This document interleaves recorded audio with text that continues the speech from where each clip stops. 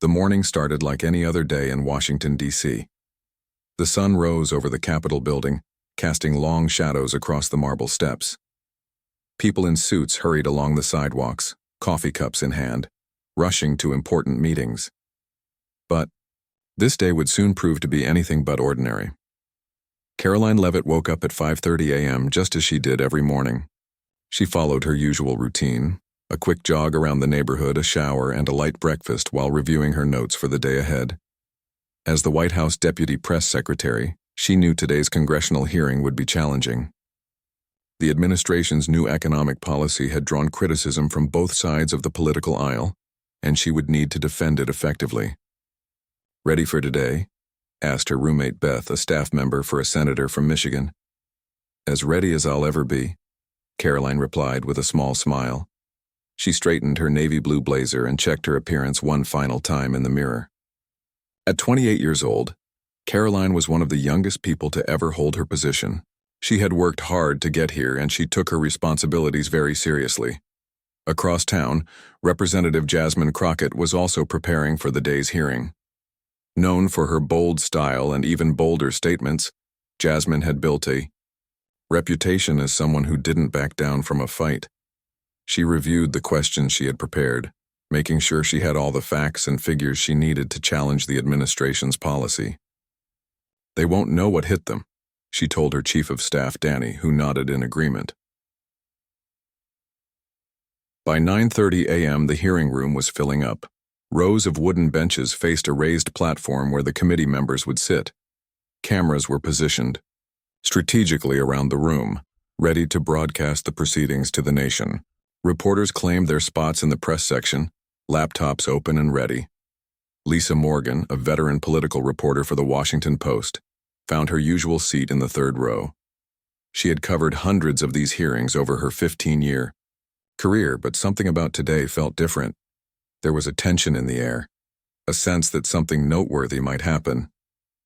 "Heard anything interesting?"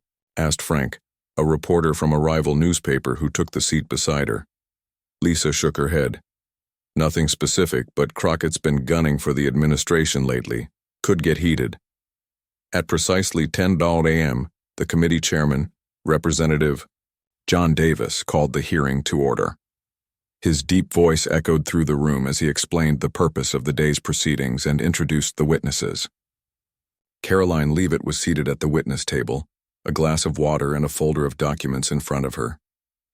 The first hour of the hearing proceeded as expected. Questions were asked and answered, points were made and countered. Some committee members were respectful, others more aggressive in their questioning. Karoline maintained her composure throughout, providing clear and detailed responses even to the most challenging questions. Just before the lunch break, it was Representative Crockett's turn to question the witness. The room grew quieter as she leaned toward her microphone. "Ms. Leavitt," Crockett began, her voice carrying a sharp edge, "the administration claims this economic plan will help working families, but our analysis shows it primarily benefits large corporations. How do you explain this discrepancy?" Karoline leaned forward slightly. "Representative Crockett, thank you for that question. Our economic models show that while there are indeed benefits for businesses of all sizes, the primary impact will be felt by middle-class families who can expect an average tax reduction of approximately—" "That's not what the numbers show," Crockett interrupted, holding up a chart. "This data clearly indicates that the top 10% of earners receive over 60% of the benefits. Do you dispute these figures?" "Those figures don't account for the second phase implementation," Karoline responded calmly.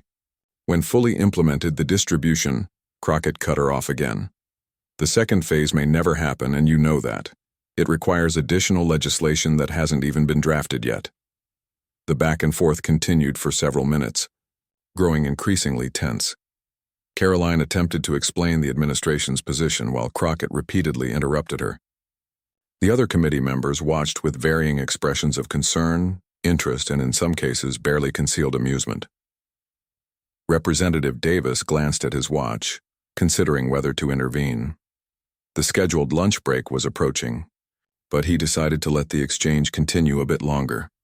As Karoline began explaining a particularly complex aspect of the policy, Crockett shook her head in visible frustration. This is exactly the kind of misleading explanation that— If you would allow me to finish, Representative, Karoline said firmly. We've heard enough of these talking points, Crockett responded, her voice rising slightly. The American people deserve straight answers, not political spin. Karoline took a deep breath. I am providing straight answers, Representative. The policy details are complex, but if you'd like me to continue— That's when it happened. Crockett made a dismissive gesture with her hand and said the words that would soon be replayed on news channels across the country. Sit down, girl. We're not buying what you're selling. The room fell completely silent.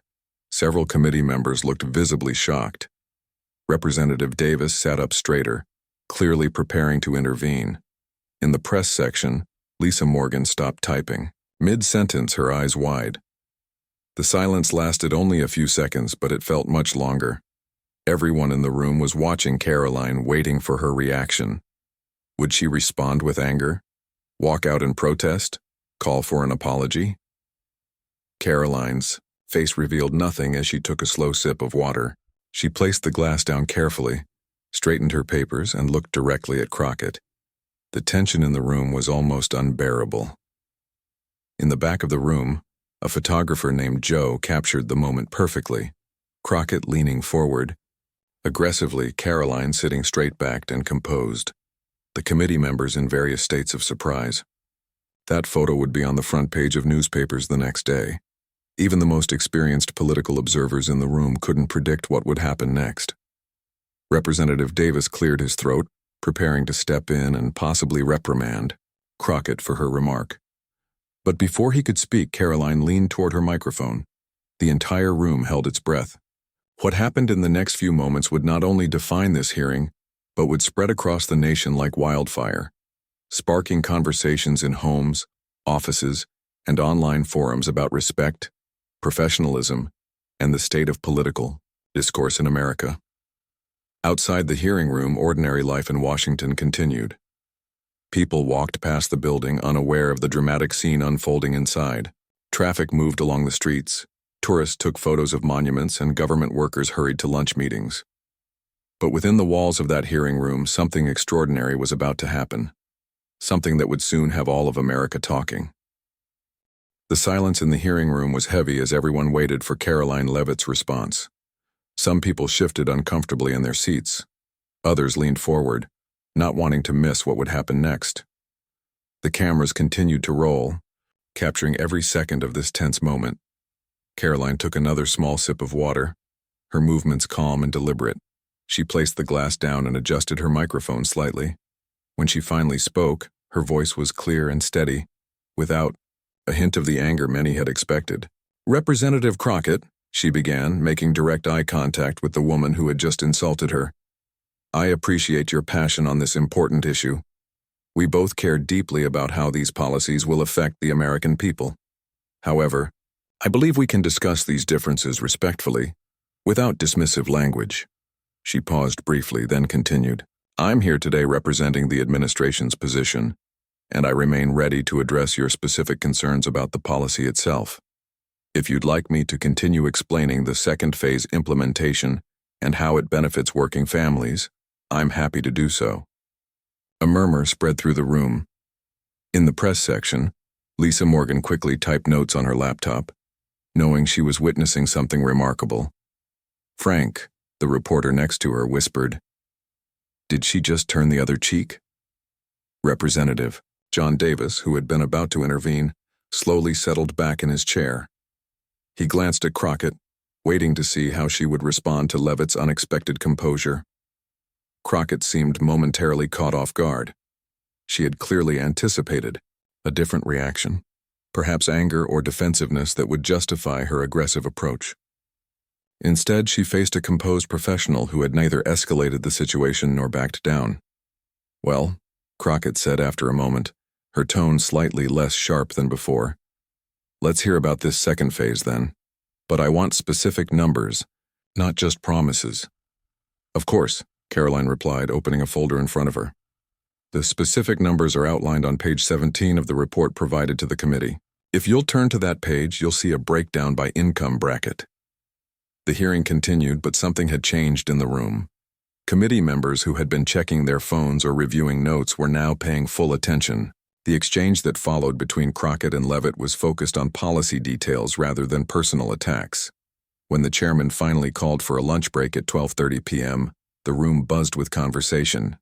As people filed out, many eyes followed Karoline as she gathered her materials and spoke quietly with her aide, Sam.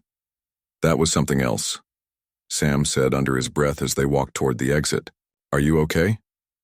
"I'm fine," Karoline replied. "Let's use the break to review the questions we expect this afternoon." In the hallway outside, reporters clustered in small groups, discussing what they had just witnessed. Lisa Morgan spotted her editor, Peter, coming toward her with an excited expression. "Tell me you got all that," he said. Lisa nodded. "Every word. And it's going to be the lead story." "Damn right it is. I want a draft in an hour. This is going viral as we speak." He wasn't wrong. Video clips of the exchange were already spreading across social media. In homes and offices across America, people were watching the moment when Crockett said, "Sit down, girl," followed by Leavitt's measured response. In a small diner 3 blocks from the Capitol, 4 congressional staffers huddled around a phone replaying the clip. "That's how you handle a bully," said one, a young woman named Grace who worked for a freshman congressman. "No drama, no stooping to their level, just pure class." Crockett overplayed her hand, added another staffer named Will. She was trying to get a reaction, and instead she got a lesson in professionalism. Back at the White House, the president's chief of staff, Robert, was watching the footage in his office. He had known Karoline since she joined the administration and had always been impressed by her capabilities. Now he felt a surge of pride seeing how she had handled such a difficult moment. His phone rang. It was the president. "I just saw the clip," the president said. "Is she doing okay?" "More than okay," Robert replied. "She turned what could have been an ugly moment into a masterclass on grace under pressure." "Good. Make sure she knows we've got her back. And Robert, when she gets back, tell her I'd like to see her. That kind of poise deserves recognition." Meanwhile, in a quiet corner of the Capitol cafeteria, Jasmine Crockett sat with her chief of staff, Danny. Unlike most people in Washington at that moment, they were not watching the viral video. Instead, they were planning their next move. "The afternoon session could be tricky," Danny said.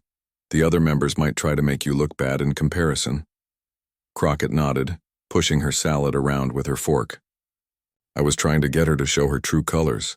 These administration people are all so rehearsed." "Maybe," Danny replied carefully. "But the optics aren't great. Social media is calling it a cheap shot that backfired."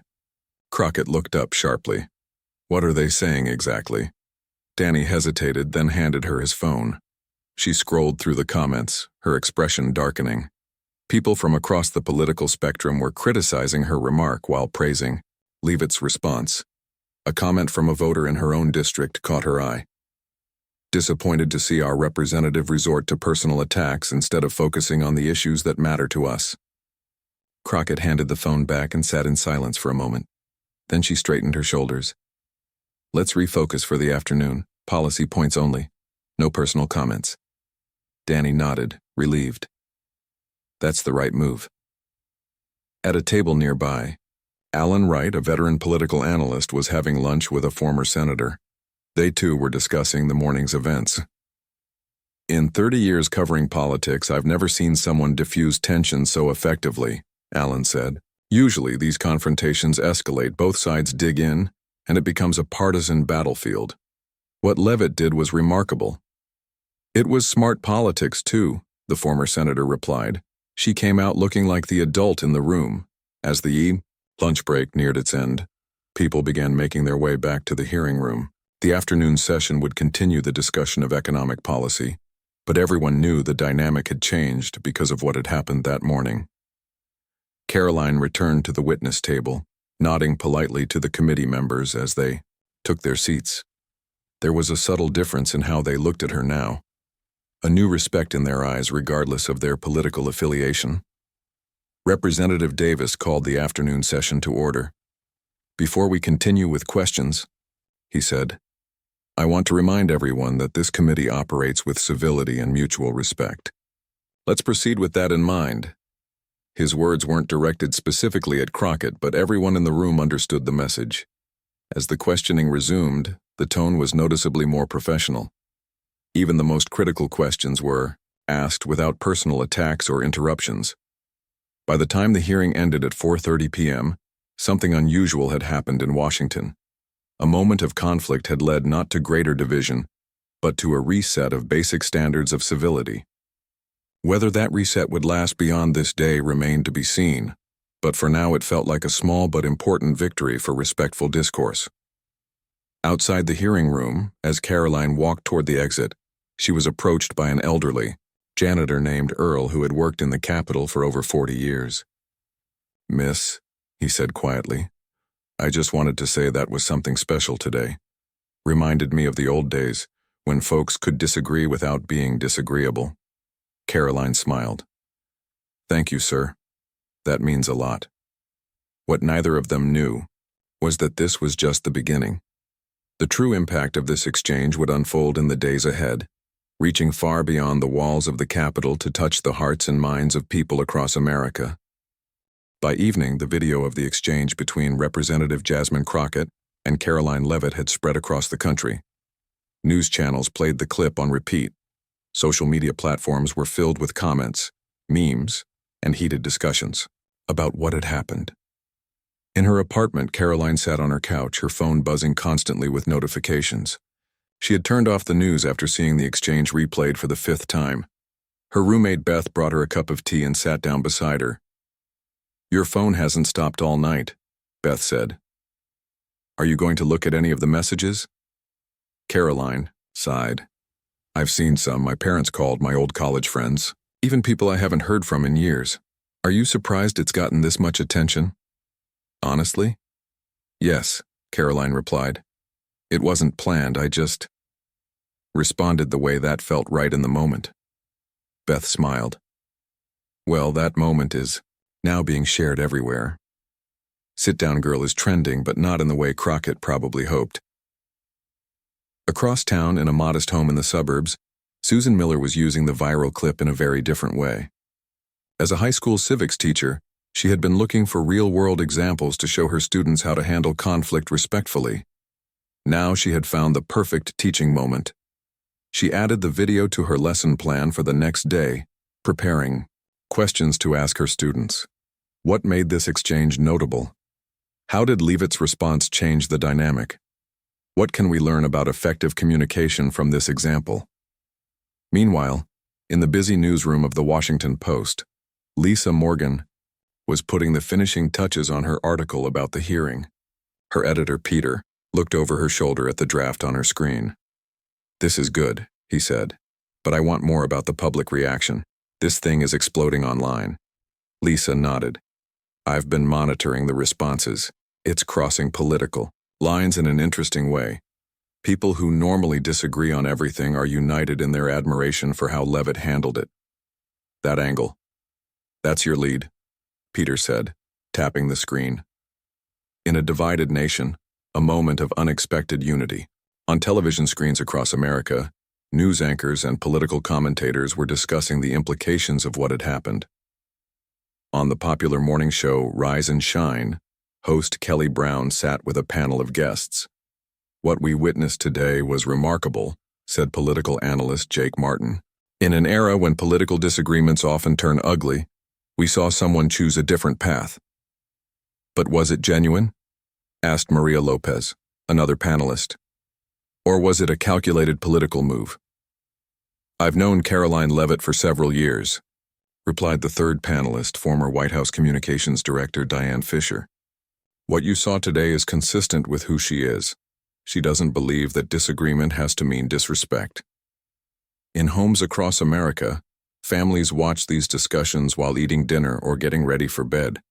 In a kitchen in Iowa, a mother named Nancy paused while washing dishes to listen to the TV in the next room. "Mom, are you seeing this?" called her teenage daughter Emma from the living room. This is like the opposite of most political videos that go viral. Nancy dried her hands and joined her daughter. They watched the clip together, followed by the panel discussion. I wish more people in Washington acted like that, Nancy said. After a while. Standing your ground without being unkind. Emma nodded. We had a workshop about this at school last month. About how to disagree respectfully. This is exactly what they were talking about. In a small apartment in New York, graphic designer Paul Taylor was inspired to create something. He opened his laptop and began working on an image. By midnight, his artwork was spreading online. A simple but powerful illustration showing two paths labeled escalation and conversation, with Crockett and Leavitt as representatives of each approach. As Wednesday morning dawned, the story showed no signs of fading. If anything, it had grown overnight. People who hadn't seen the original clip were now seeking it out, curious about what everyone was talking about. In her office at the White House, Karoline arrived early, hoping to get some work done before her scheduled meetings. Her assistant Greg met her at the door with a stack of messages. These came in overnight, he said, and the communications director wants to see you right away. Karoline nodded, taking the messages. Thanks, Greg. Is there coffee? Fresh pot. And he hesitated. The president mentioned he might stop by later. Karoline looked up in surprise. The president? Are you sure? Greg nodded. That's what his office said. Something about wanting to thank you personally. Before Karoline could respond, her phone rang. It was Patricia, the communications director. Can you come to my office? Patricia asked. We need to talk about interview requests. There are a lot of them. Across the city, Jasmine Crockett was also dealing with the aftermath of the hearing, though in a very different way. Her office had received hundreds of calls and emails, most of them critical of her behavior. Her social media accounts were flooded with negative comments. We need to address this, her chief of staff, Danny, said, laying out a plan. I've drafted a statement explaining that your words were taken out of context. Crockett read the draft and shook her head. No, that's not going to work. Anyone who watched the video knows exactly what the context was. She stood up and walked to the window, looking out at the Capitol building in the distance. I need to think about this carefully. Whatever I say next will either make this better or much worse. Danny waited, knowing his boss well enough to give her space when she needed it. After a few minutes, Crockett turned back to him. Schedule a press conference for this afternoon, she said. No prepared statement. I'll speak from the heart. Danny looked concerned. Are you sure that's wise? Without a script? A script is what got me into this mess, Crockett replied. I was so focused on scoring political points that I forgot we're all public servants first. Maybe it's time to remember that. By midday, word of Crockett's upcoming press conference had spread. News crews set up outside her office waiting for her statement. Speculation ran wild about what she might say. In a classroom in Ohio, Susan Miller's students were engaged in a lively discussion about the viral exchange.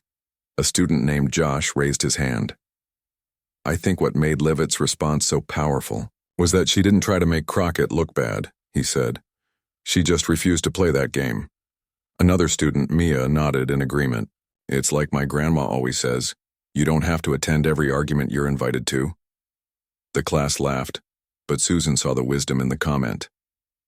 That's an excellent point, Mia. Sometimes the most powerful response is choosing not to escalate.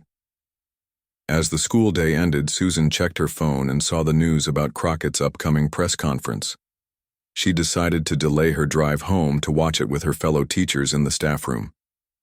All across America, people were making similar decisions. In offices, restaurants, gyms, and homes, screens were being turned to news channels. The story that had begun with a dismissive, sit-down girl had become something much larger, a national conversation about civility, respect, and how we treat each other in times of disagreement. As 3 p.m. approached, Karoline Leavitt sat in her White House office, also waiting to see what Crockett would say. Whatever happened next would determine whether this story continued to grow or began to fade from public attention. Either way, something had changed. A simple exchange in a routine hearing had resonated with people in a way that no one could have predicted, touching a hunger for respectful dialogue that ran deeper than political divisions. The clock struck 3.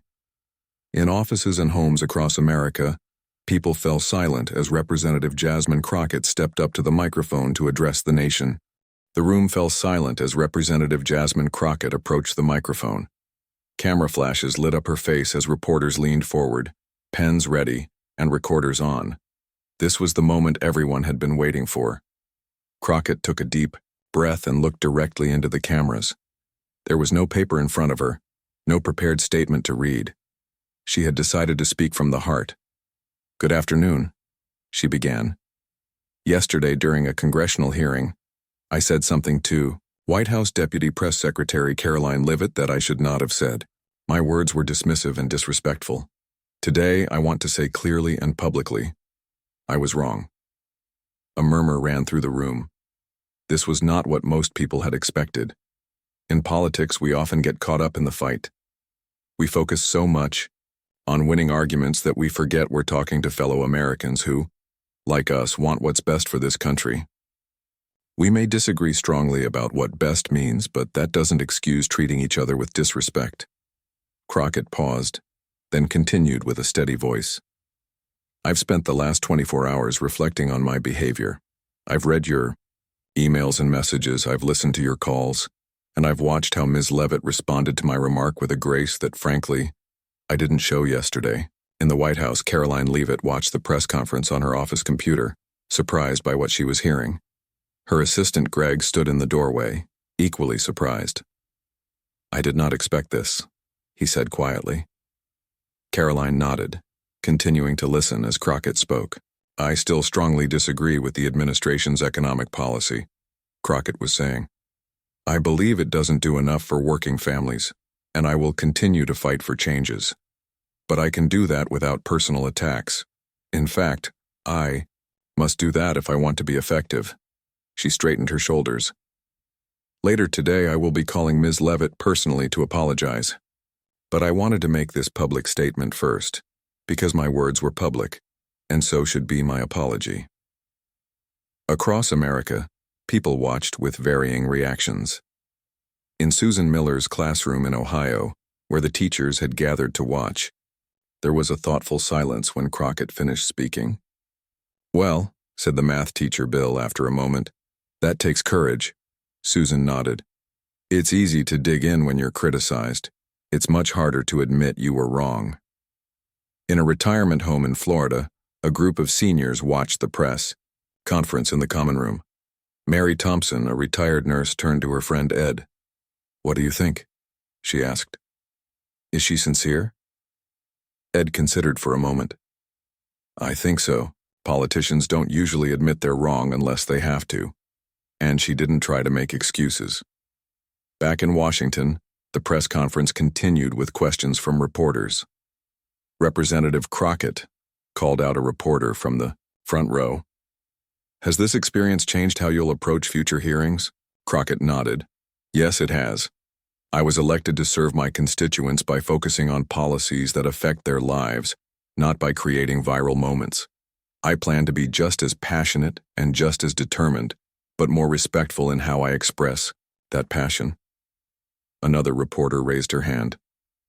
"Have you heard from party leadership about this incident?" "I have," Crockett replied. "They've been supportive of my decision to apologize.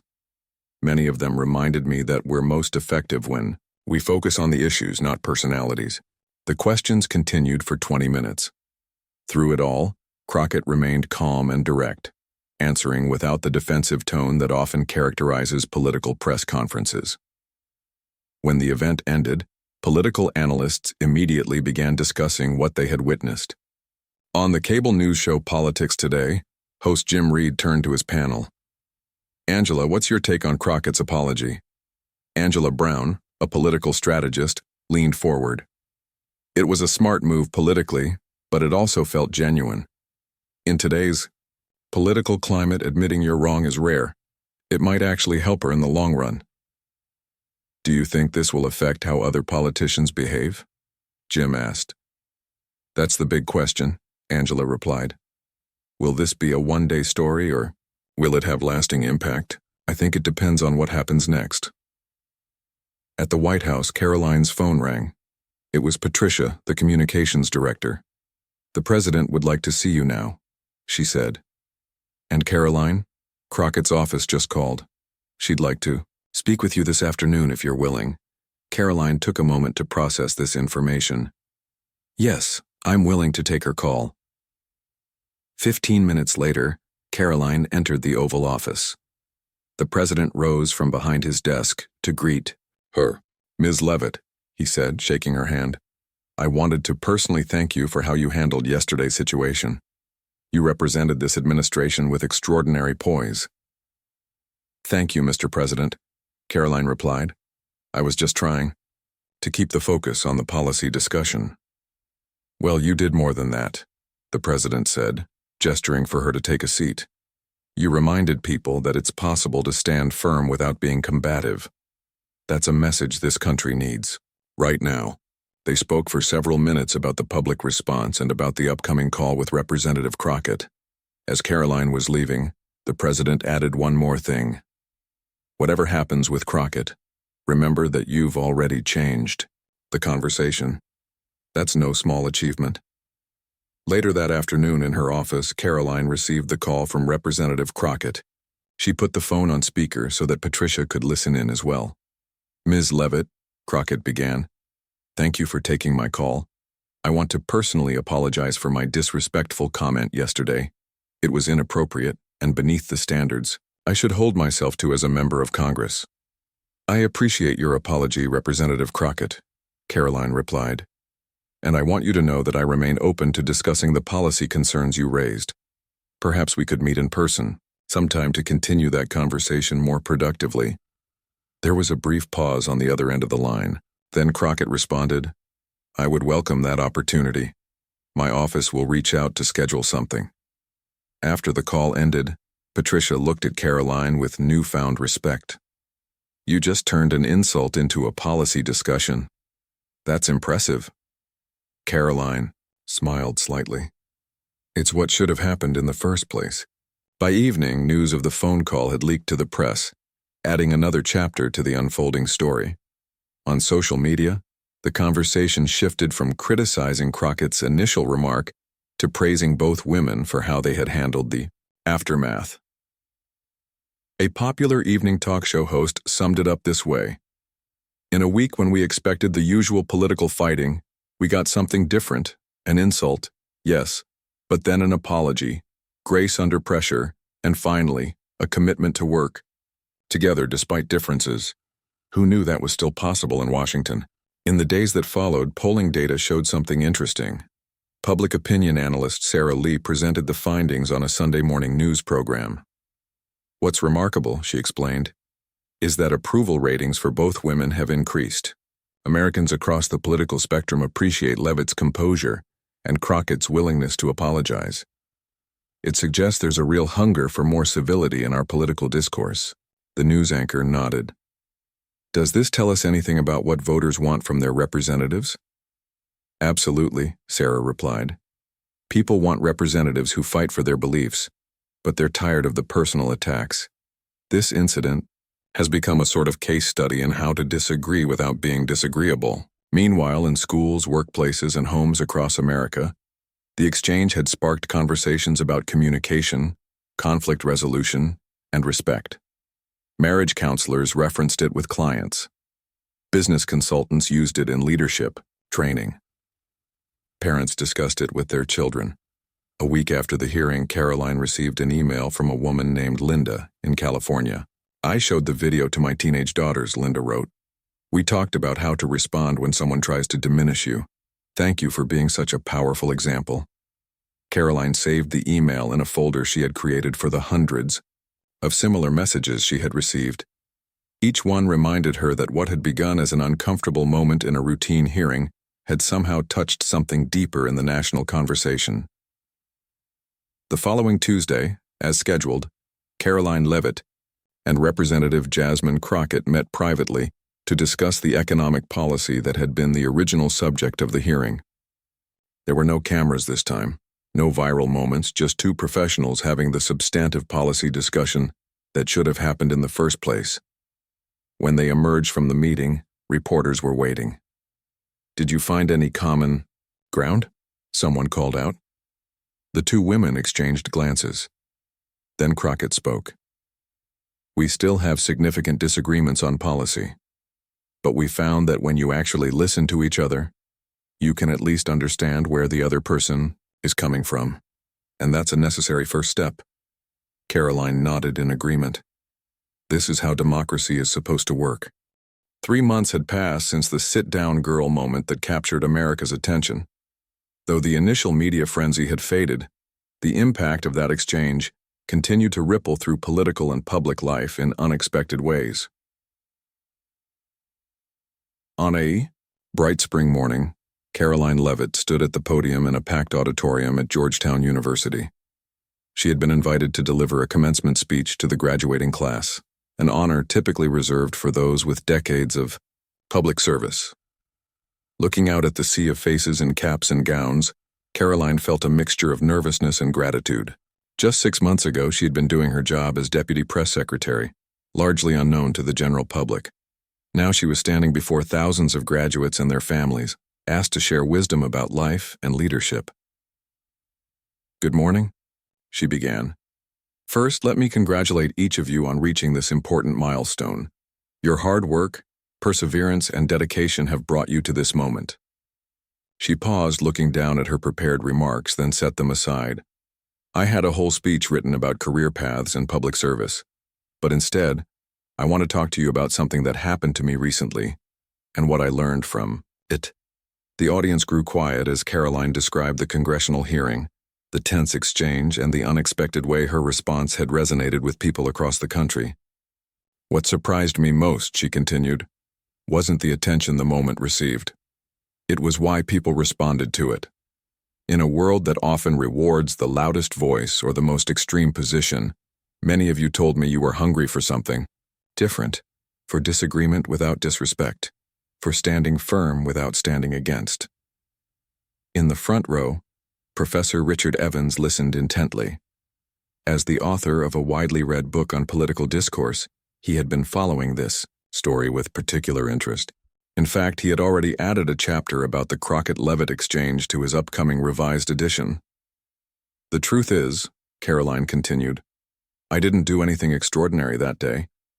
I simply remembered something my mother taught me long ago, that how we respond to provocation reveals more about our character than the provocation itself." Across the country, in a small town in New Hampshire, Karoline's former debate coach Paul Jenkins watched the commencement speech on his laptop. He smiled, recognizing the lesson he had emphasized in his coaching years ago. He had always seen something special in young Karoline, a rare combination of conviction and consideration. His phone rang. It was a reporter from the local newspaper. "Mr. Jenkins," the reporter said, "we're doing a feature on Ms. Leavitt since she's become something of a hometown hero. Would you be willing to share some memories from when you coached her?" "Gladly," Paul replied, "though I'm not surprised by what she's accomplished. She always understood that the goal of debate isn't to defeat your opponent but to advance understanding." Meanwhile, in Washington, D.C., Representative Jasmine Crockett was meeting with a group of first-term congresswomen who had asked for her advice. The group sat in comfortable chairs in Crockett's office, notebooks open and pens ready. "The most important lesson I've learned this year," Crockett told them, "came from a mistake I made. I forgot for a moment that effective leadership isn't about scoring points or creating viral moments. It's about advancing the issues that matter to the people we represent." One of the young representatives raised her hand. "But how do you get attention for important issues without being provocative?" "The media seems to ignore substantive policy discussions." Crockett nodded. "That's the challenge, isn't it? But I've found that when we focus on the substance and treat others with respect, even when we strongly disagree, people actually pay more attention. My most viral moment came from being dismissive, but the respect I gained came from admitting I was wrong and recommitting to respectful dialogue." Back at Georgetown, Karoline was concluding her speech. "As you leave this university, and begin the next chapter of your lives. You will face many moments of conflict and disagreement. In those moments, remember that you always have a choice in how you respond. The easy path is to match anger with anger, dismissal with dismissal. The harder path, but the one that ultimately creates positive change, is to stand firm in your convictions while still treating others with dignity. The audience rose in a standing ovation as Karoline stepped away from the podium. Among those clapping was a surprise guest in the back row. Representative Jasmine Crockett had come to show her support, having rearranged her schedule to attend after learning of the invitation. Later that afternoon, at a small reception for the commencement speakers, Karoline was surprised to see Crockett approach her. "That was a powerful speech," Crockett said, extending her hand. "Thank you for not mentioning me by name." Karoline smiled as they shook hands. "This stopped being about you and me a long time ago. It's become something much larger." Crockett nodded. "You know, we've had 3 more policy meetings since that first one. We still disagree on most things, but I've come to respect your perspective. And I think you've actually influenced some of my thinking on tax incentives for small businesses. And your points about additional oversight measures had merit," Karoline admitted. "We included some of those in the revised proposal." A photographer captured the moment. 2 women from opposite sides of the political spectrum engaged in friendly conversation. The image would appear in newspapers the next day, a visual reminder of what was possible in political life. That evening, in homes across America, the nightly news featured clips from Karoline's commencement speech, paired with updates on how the sit-down girl moment had led to unexpected changes in political behavior. In a surprising development, reported news anchor Kate Wilson, congressional hearings have seen a measurable decrease in interruptions and personal attacks over the past 3 months. Political analysts attribute this shift, at least in part, to the public response to the Crockett-Leavitt exchange. The report cut to an interview with Dr. Sandra Harris, a professor of political science. "What we're seeing," Dr. Harris explained, "is that voters are rewarding civility and substance. Several representatives who were known for combative behavior have noticeably changed their approach after seeing the positive public response to both Leavitt's composure and Crockett's willingness to apologize and change course." Of course not. Everyone was happy with this development. Some political commentators complained that debates had become too polite and lacked the drama that made for good television. But polling showed that most Americans appreciated the shift toward more substantive discussions. In a diner in Michigan, truck driver Joe Miller watched the news report while finishing his coffee.